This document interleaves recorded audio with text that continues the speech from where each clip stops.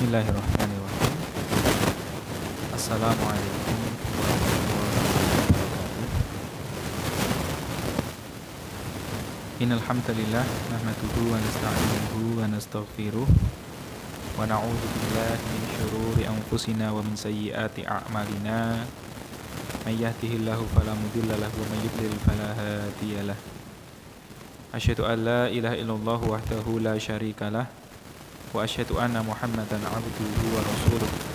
Allahumma shalli ala Muhammad wa ala alihi wa ashabihi ajma'in.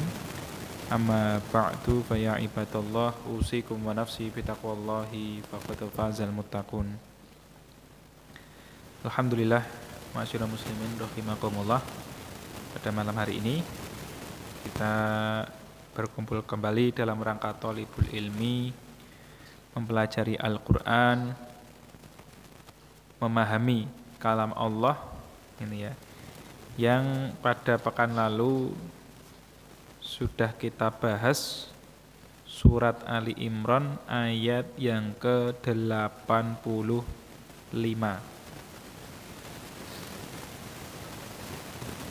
Untuk malam hari ini berarti ayat ke-86.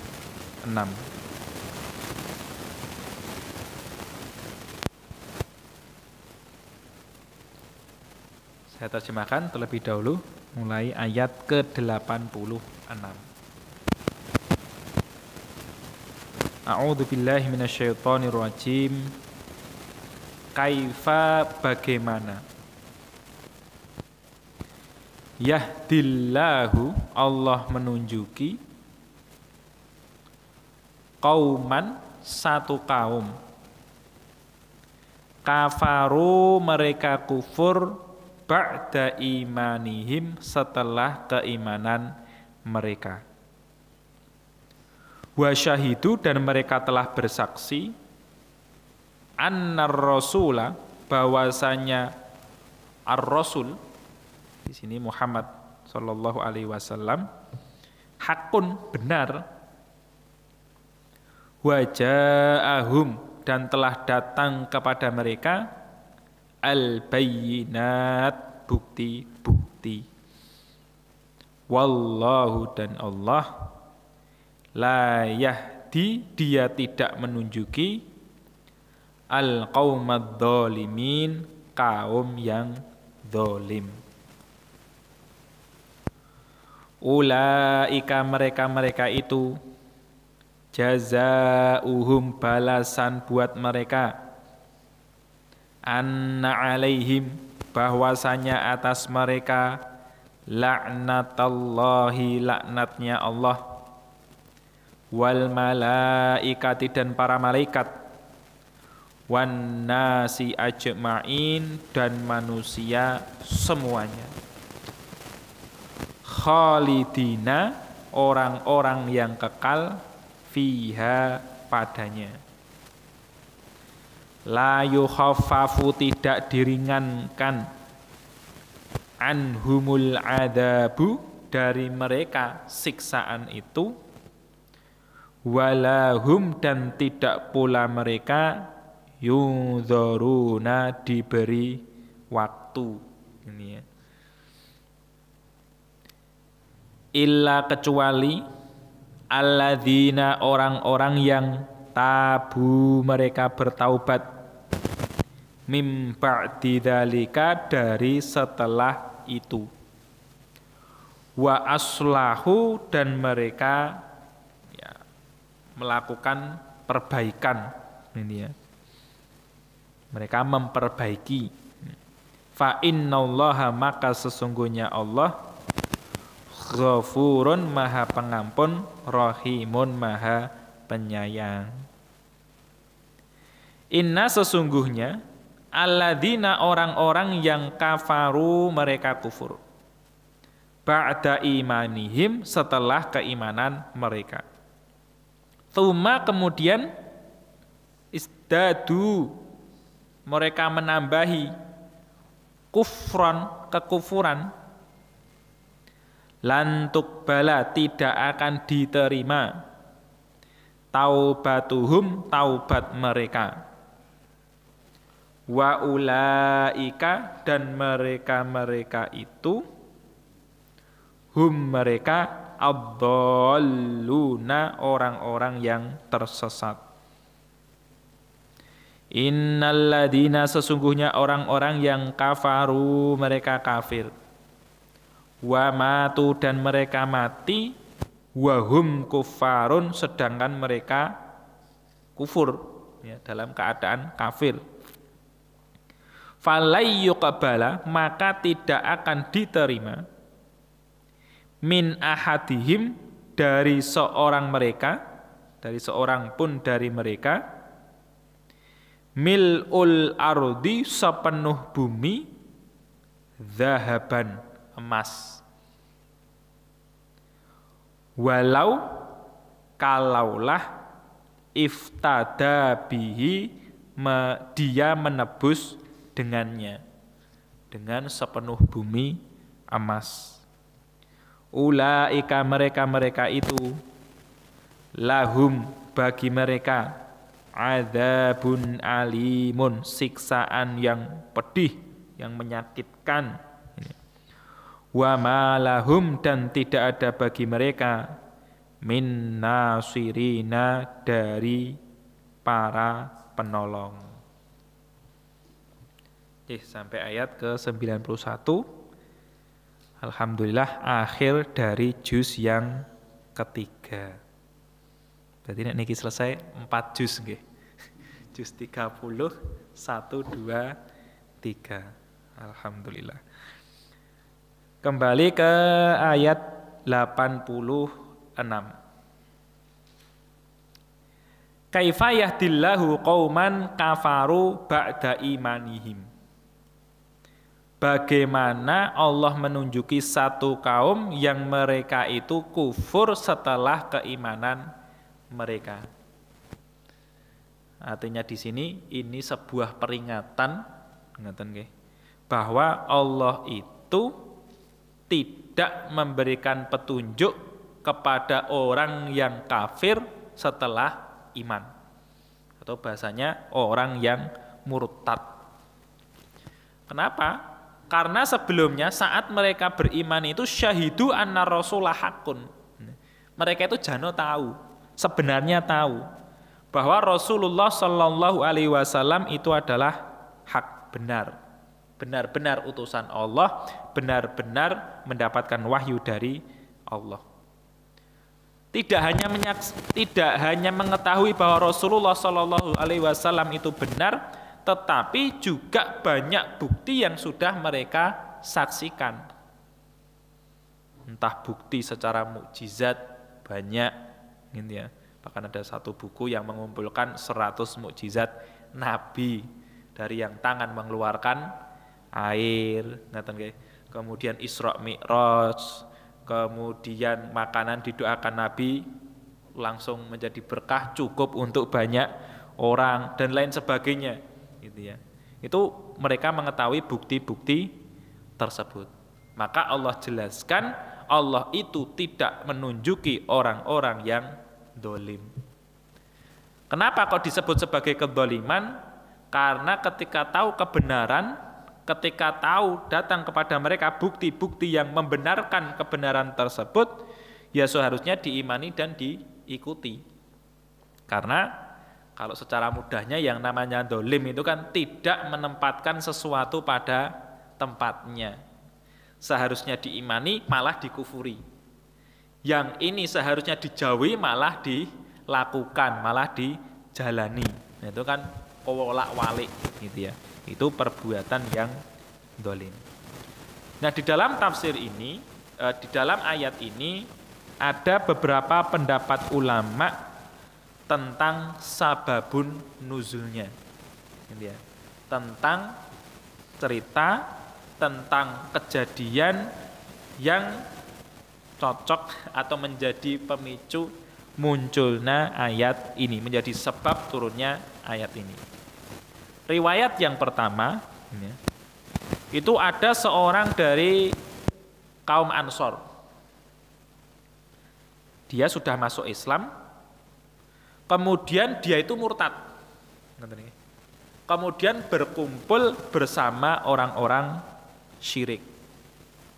Yang akhirnya dia menyesal. Jadi setelah murtad itu menyesal. Wah, kenapa kok saya sudah beriman, sekarang kembali ke kesyirikan dan pingin Islam meneh gitu ya. Dia mau kalau dia itu masuk Islam lagi.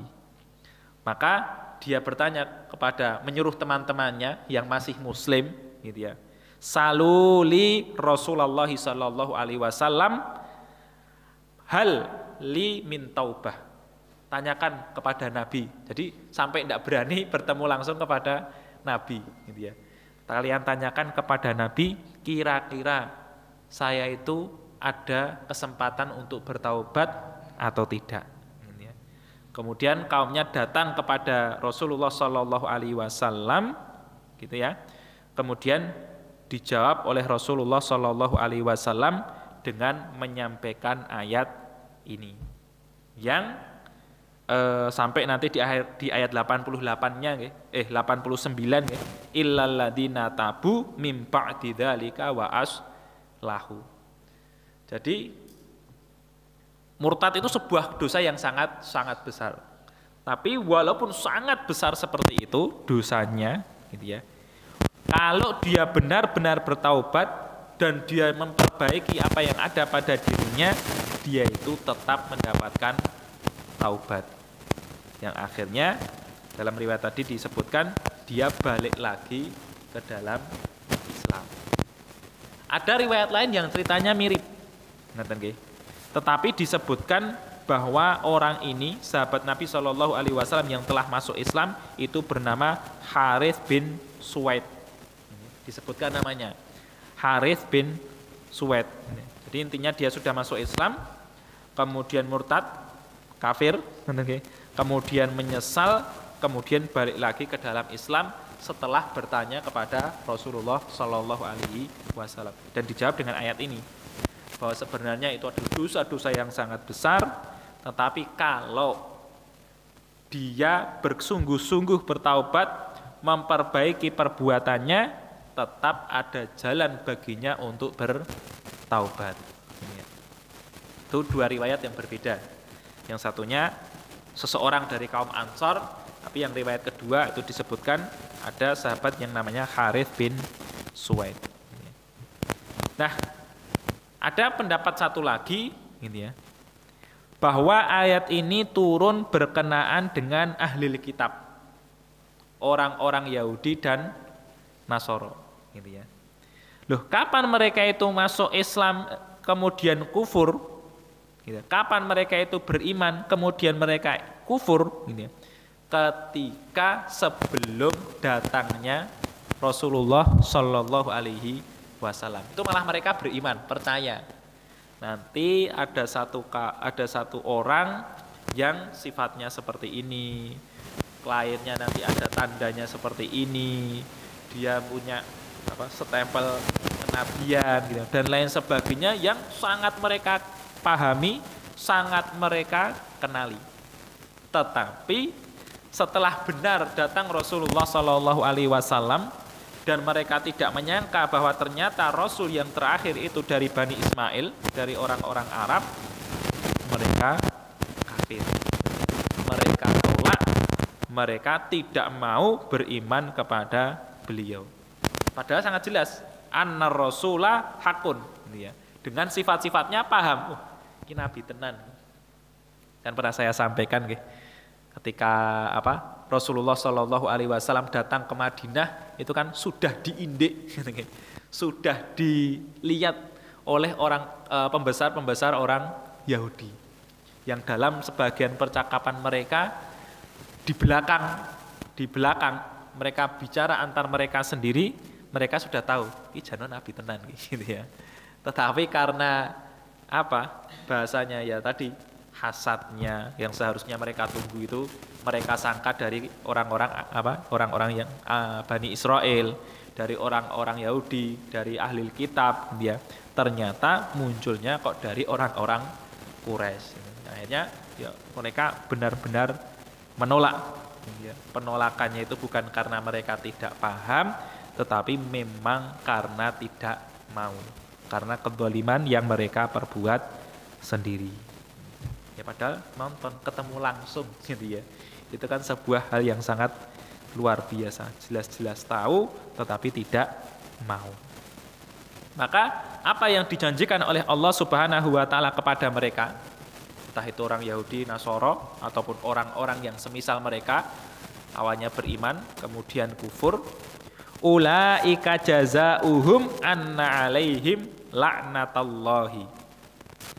Balasan mereka ini ya, mereka itu akan tertimpa laknatnya Allah. Yang disebut sebagai laknat itu dijauhkan dari rahmat, dijauhkan dari belas kasih Allah. Artinya kalau Allah melaknat, Allah menjauhkannya dari belas kasih. Kalau orang tidak mendapatkan belas kasih, ya akhirnya dia akan masuk neraka. Akhirnya dia tidak bisa masuk ke dalam jannah, tidak bisa masuk ke dalam surga. Yang melaknat tidak cuma Allah, wal malaikati, dan para malaikat. Kalau laknat dari makhluk itu maksudnya mendoakan dia supaya jauh dari rahmat Allah. Kalau Allah menjauhkan orang tadi dari rahmatnya. Tapi kalau laknatnya makhluk, malaikat, para manusia gitu ya, itu mereka mendoakan agar orang ini tidak mendapatkan rahmatnya Allah. Padahal kita tahu doanya malaikat itu ya tidak seperti doanya manusia. Malaikat itu makhluk yang dekat dengan Allah, mempunyai kemuliaan, tidak pernah bermaksiat gitu ya. Sehingga ya doa para malaikat itu ya dijabahi oleh Allah Subhanahu wa taala. Kemudian golongan yang ketiga, wan nasi ajmain, dan manusia semuanya. Nah ini yang menjadi pembahasan di kalangan ulama tafsir. Loh kok semua orang kok melaknati? Padahal banyak orang yang keadaannya sama seperti mereka. Orang yang sudah iman kemudian kufur itu ora gorwong siji tok gitu ya. Tetapi banyak orang dalam banyak masa, banyak kelompok yang menjadi seperti ini. Tapi kok semua manusia melaknatinya? Ada beberapa pendapat.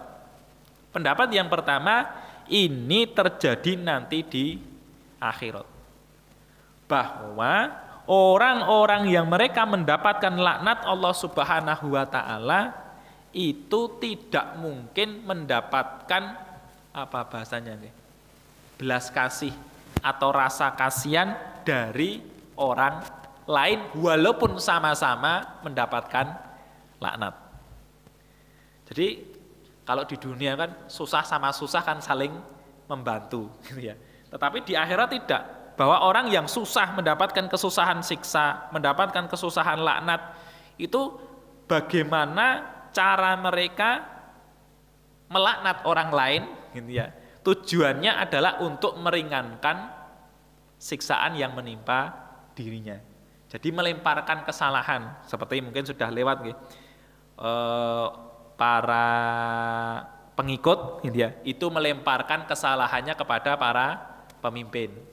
Nanti pemimpinnya juga nyalah-nyalahke para pengikut. Itu saling melaknat gitu ya. Itu yang disebut sebagai wan nasi ajmain. Walaupun kondisinya sama, walaupun keadaannya sama, itu tidak saling menolong, tapi tetap saling melaknat. Maka di dalam ayat lain kan al-akhillau yauma idzin ba'duhum li ba'din aduwwun gitu ya. Orang-orang yang dulu mungkin di dunia ini kerjasama, saling suka, saling mencintai, saling cocok gitu ya. Kalau tidak didasarkan dengan keimanan, ya nanti di akhirat jadinya akan saling bermusuhan. Yang namanya musuhan itu mesti ya saling melaknat gitu ya. Saling menimpakan kesalahan sehingga bagaimana dia bisa selamat, tidak peduli kalau orang lain itu tambah celaka karena dia. Nah, pendapat yang kedua, Bahwa wan nasi ajmain itu adalah fitrahnya manusia. Bahwa fitrahnya manusia itu sebenarnya tidak suka kepada kekufuran, tidak suka kepada kemaksiatan, tidak suka untuk mensekutukan Allah Subhanahu wa ta'ala. Sehatnya manusia itu seperti itu. Maka secara dasar fitrahnya manusia itu akan melaknat, akan tidak suka, akan tidak cocok kepada orang-orang yang menyekutukan Allah Subhanahu wa ta'ala. Tapi ya karena sudah tertutupi nafsu, sudah tertutupi kepentingan-kepentingan, sejelas apapun kebenaran yang datang kepada mereka, tetap tidak mau beriman. Ini keadaan orang yang tadi iman, kufur, iman kemudian kufur.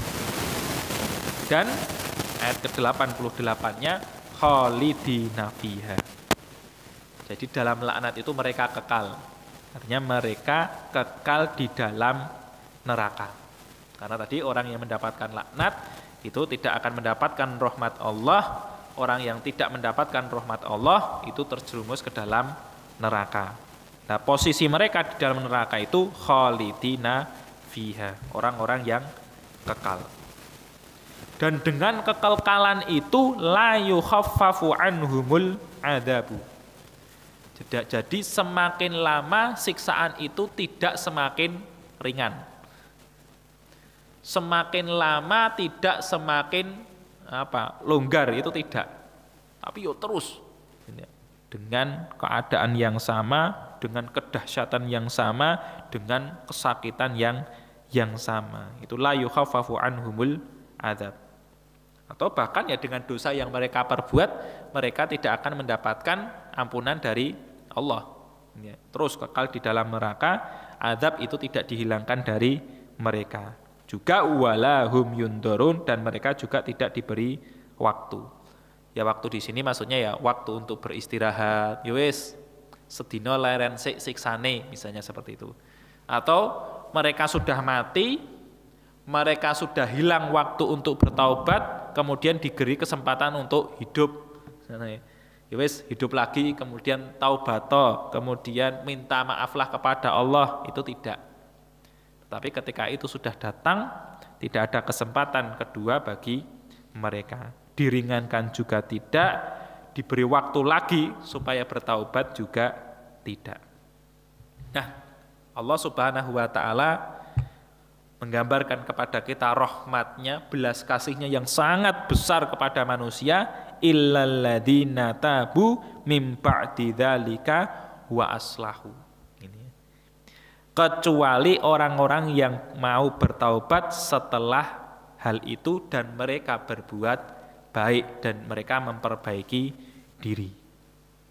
Maka kita tahu yang kita manusia saja kadang-kadang kalau sudah pernah disakiti itu sulit untuk memaafkan gitu ya. Apalagi dengan ya tadi mensekutukan Allah itu kan menghinakan Allah dengan cara yang luar biasa. Dalam arti mereka menganggap Allah itu butuh sekutu, Allah itu butuh teman, Allah itu punya anak, Allah itu punya putri gitu ya. Mereka sampai mengatakan seperti itu kan menghinakan, sangat menghinakan Allah Subhanahu wa ta'ala, dan Allah tidak suka dengan itu, Allah sangat murka dengan itu. Bahkan nanti di surat lain ketika manusia itu mendengar ketika langit, ketika makhluk-makhluk lain itu mendengar kok ada orang yang bicara seperti itu, mereka itu hampir-hampir pecah gitu ya. Saking takutnya, saking kagetnya kok ada gitu ya orang yang berani untuk berkata seperti itu. Takadus samawatu yatafattorna gitu ya. Hampir pecah, kaget kok ada orang yang berani mensekutukan Allah Subhanahu wa ta'ala. Itu gambaran bahwa ucapan kufur, kekufuran itu sesuatu yang sangat dahsyat. Tetapi kalau dia bertaubat, Allah menerima taubatnya. Bagi kita orang yang beriman, bagi kita orang yang sudah mentauhidkan Allah Subhanahu wa ta'ala, ya dosa-dosa yang kita perbuat itu ya segera kita taubati mumpung waktunya masih, karena Allah Subhanahu wa taala itu menerima taubat hamba-hambanya yang kemudian mereka itu memperbaiki diri. Maka ketika seseorang bertaubat kemudian memperbaiki diri, fa innallaha ghafurun rahimun. Diterima gitu ya. Dosanya itu akan diampuni oleh Allah Subhanahu wa taala, rahimun, dan Allah itu akan menyayanginya. Nah, menyayanginya bagaimana? Ya memberinya rahmat, memberinya belas kasih, menjauhkannya dari laknat, sehingga dia bisa masuk ke dalam surga, bisa masuk ke dalam jannah. Tentunya taubat kan kathah syarat-syaratnya gitu ya. Dengan syarat-syarat menyesal, dengan syarat-syarat berhenti dari dosanya, dengan syarat-syarat dia berjanji tidak akan mengulanginya lagi, plus dia memperbaiki diri, gitu ya, bersungguh-sungguh dalam memperbaiki diri, dan taubatnya itu juga pada waktu yang masih diperbolehkan atau masih diterima oleh Allah Subhanahu wa taala. Ya, menurut hadis-hadis lain itu ketika dia belum sakaratul maut atau ketika belum matahari belum terbit dari arah tenggelamnya, belum hari kiamat. Jadi setiap kita masing-masing untuk saat ini ya masih ada waktu untuk bertaubat, cik sehat gitu ya. Masih waktunya ya belum kiamat gitu ya. Itu masih bisa ada waktu untuk bertaubat. Kemudian di ayat ke-90, innalladzina kafaru ba'da imanihim tsummasdadu kufron. Ini sama dengan ayat yang sebelumnya. Tetapi di ayat yang ke-90 ini ulama mengatakan, kalau tadi kan yang ke ayat ke-86 kan ada yang meriwayatkan ini turun kepada orang Ansor, kepada salah seorang sahabat Nabi yang pernah murtad kemudian balik Islam lagi gitu ya.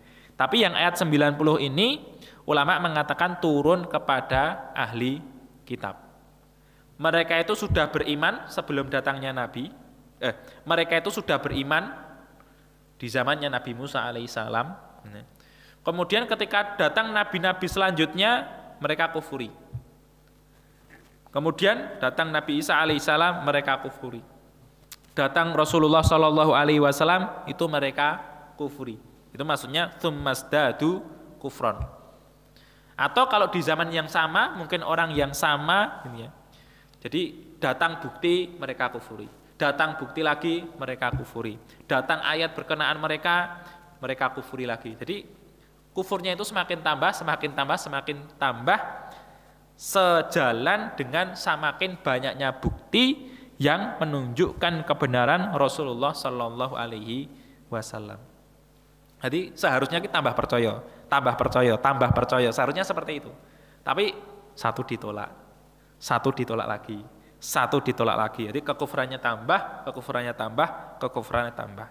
Maka Allah Subhanahu wa taala terangkan di sini, lan tuqbala taubatuhum. Tidak akan diterima taubatnya, wa ulaika humuddallun, dan mereka itu adalah orang-orang yang tersesat. Loh, kok tidak diterima taubatnya itu bagaimana?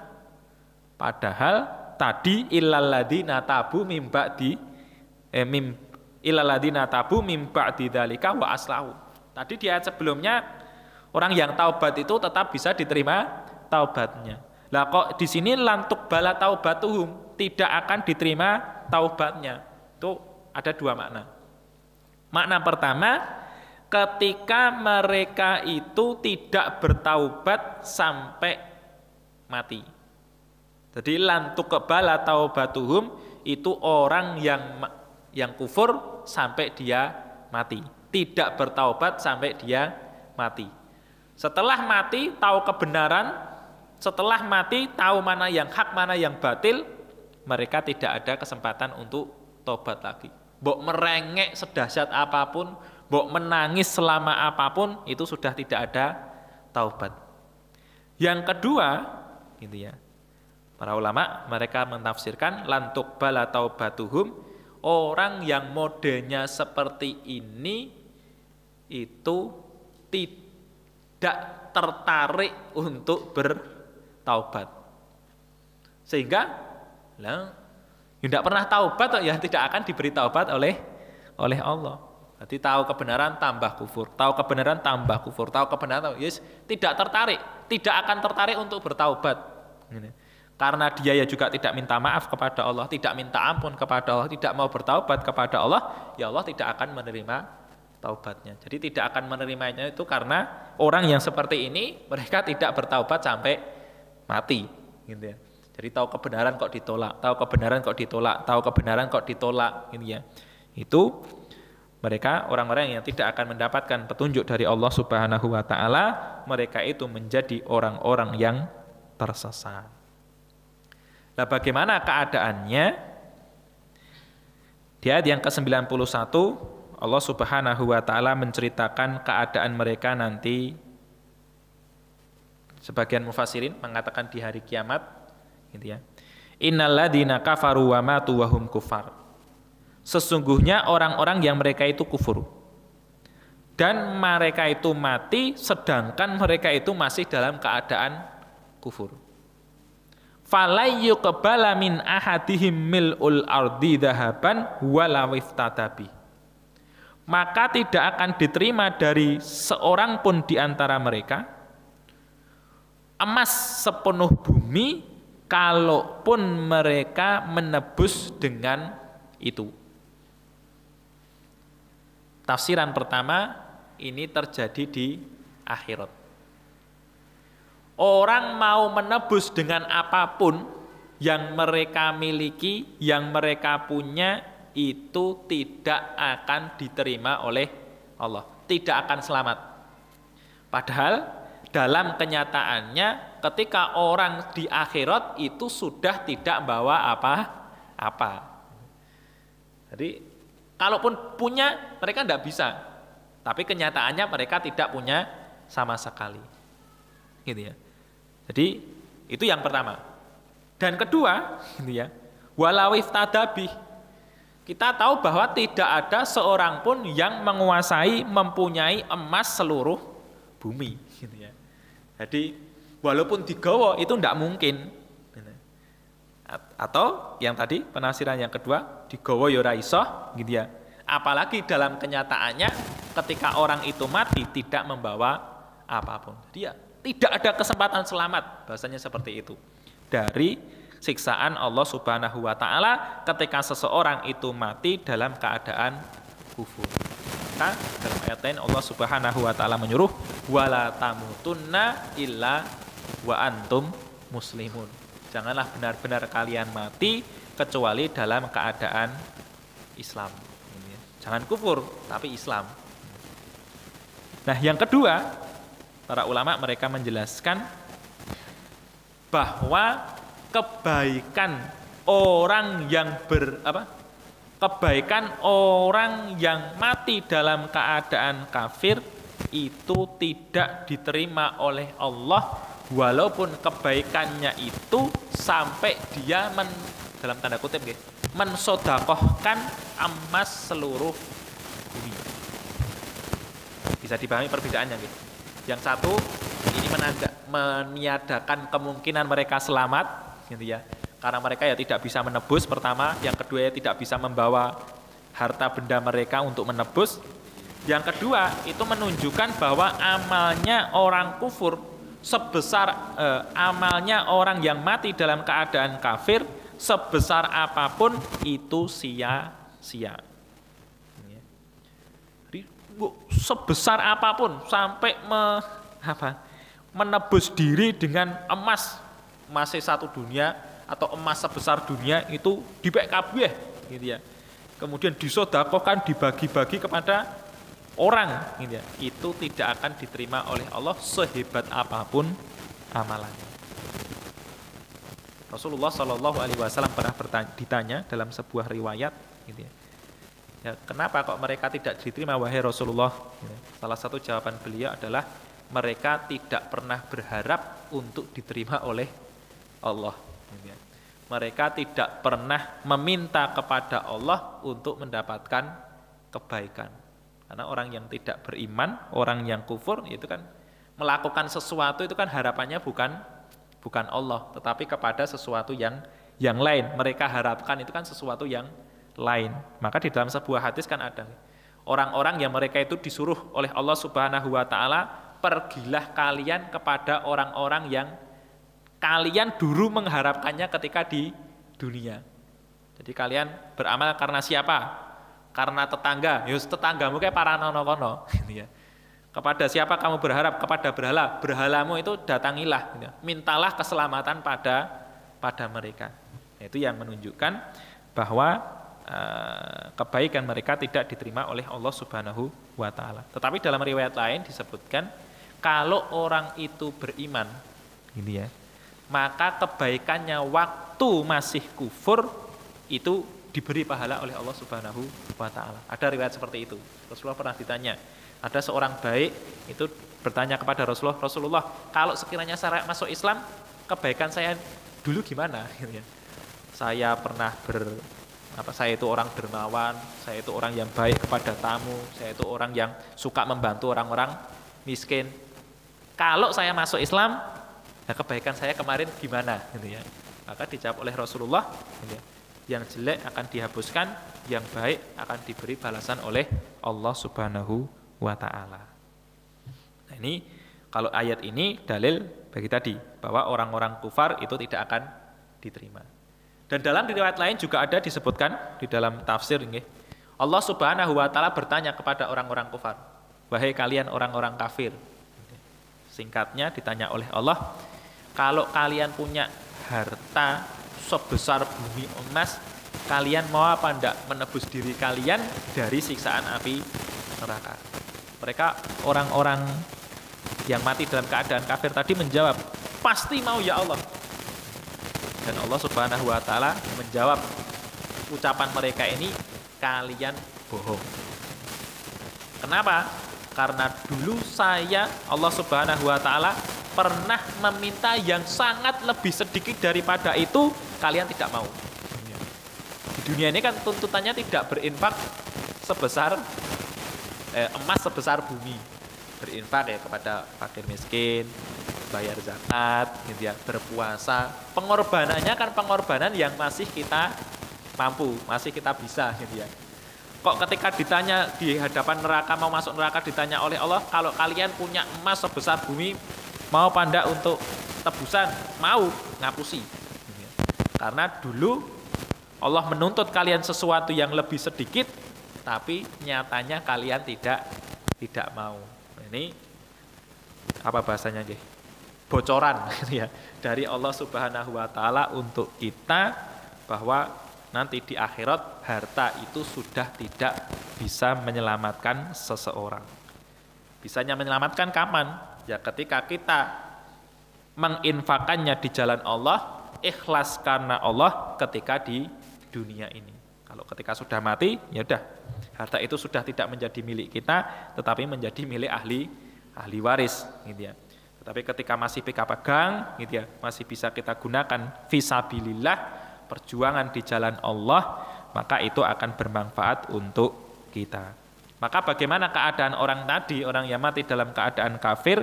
Ulaika lahum adzabun alimun wa ma lahum min nasirin. Akhirnya ya sudah, mereka masuk ke dalam siksaan yang dahsyat, siksaan yang pedih. Kebaikan-kebaikannya yang dianggap baik oleh dia ataupun oleh manusia itu sudah tidak ada faedahnya, tidak ada manfaatnya, karena tidak didasari dengan iman, tidak didasari karena Allah Subhanahu wa ta'ala, wa ma lahum min nasirin, dan mereka tidak punya penolong. Jadi harapan-harapan mereka, oh saya nanti akan ditolong oleh berhala ini, saya nanti akan ditolong oleh pohon ini, nanti saya akan ditolong oleh batu ini, nanti saya akan ditolong oleh teman-teman saya seperjuangan, misalnya seperti itu tidak ada. Maka akan menjadi kesusahan dia sendiri, tidak ada harapan mereka untuk selamat dari siksaan Allah Subhanahu wa ta'ala. Nah, ini gambaran bagi orang-orang yang mati dalam keadaan tidak beriman kepada Allah Subhanahu wa ta'ala. Ya artinya, tadi mulai ayat ke-86 sampai ayat ke-91 itu dahsyatnya, ngerinya keadaan orang-orang yang kufur. Entah mereka sudah beriman kemudian kufur, atau orang yang tidak pernah beriman sama sekali sampai akhir hayatnya. Maka dengan alhamdulillah dengan nikmat dari Allah Subhanahu wa taala kita diberi keimanan, kita diberitahu oleh Allah Subhanahu wa taala, tinggal kita imani, tinggal kita percayai, kita perbaiki diri kita supaya kita diselamatkan oleh Allah, dijauhkan oleh Allah dari keadaan-keadaan seperti ini. Kita jauh dari laknat Allah, kita mendapatkan rahmat dari Allah Subhanahu wa taala, mendapatkan pertolongan dari Allah Subhanahu wa taala sehingga selamat dari siksaan neraka, masuk ke dalam jannah. Amin amin ya rabbal alamin. Ya inilah yang bisa saya sampaikan. Ma'asyiral muslimin rahimakumullah. Fa aqulu qouli hadza astaghfirullah li wa lakum walhamdulillahirabbil alamin. Subhanakallahumma wa bihamdika asyhadu an la ilaha illa anta astaghfiruka wa atubu ilaik.